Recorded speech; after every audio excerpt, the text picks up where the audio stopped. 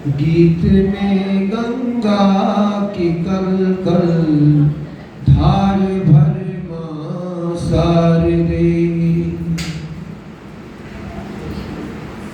John's club Laltenganj का बहुत बहुत आभार कि इन्होंने होली मिलन समारोह का आयोजन किया और जिसके निमित्त हम सब आज इस कार्यक्रम के साक्षी बने।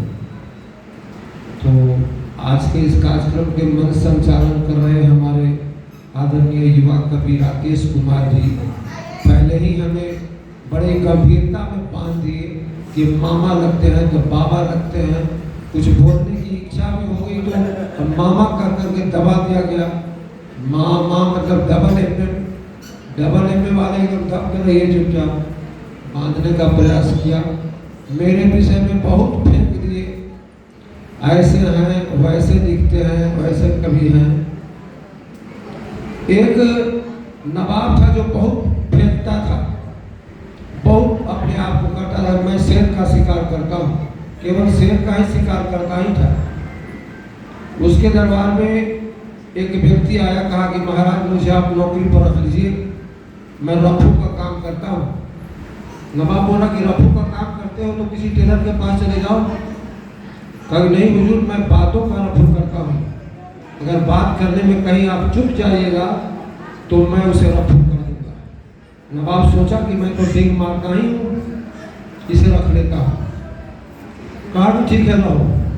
दूसरे दिन शाम के समय 10-20 आदमी बैठे, नवाब डिंग हारना शुरू किया कि आज तो हद हो गई।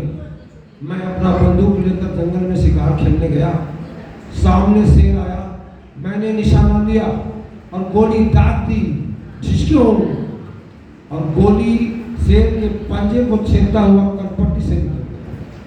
पंजा नीचे है, करपट्टी ऊपर है, शेर के पंजे से छेदता हुआ करपट्टी से निकल गया। लोगों ने कहा कि ये कैसा संभव नहीं है, ये कैसे होगा, ये तो आप फालतू बात कर रहे हैं। नवाब बोला कि नहीं, रफूकर भी मेरे साथ था। कहो रफूकर क्या हुआ था? रफूकर बोला कि बिल्कुल सही बात, दरअसल हुजूर ने जब निशाना लगाकर गोली चलाई तो शेर अपने पंजे से कान खुलवा रहा था और ठीक उसी समय निशाना लगा और पंजे को छेदता हुआ कान से बाहर निकला। यही हुआ था। तो लोगों ने कहा कि हाँ ये तो संभव है। अब तो नवाब साहब का और भी रुतबा उत्साह बढ़ गया।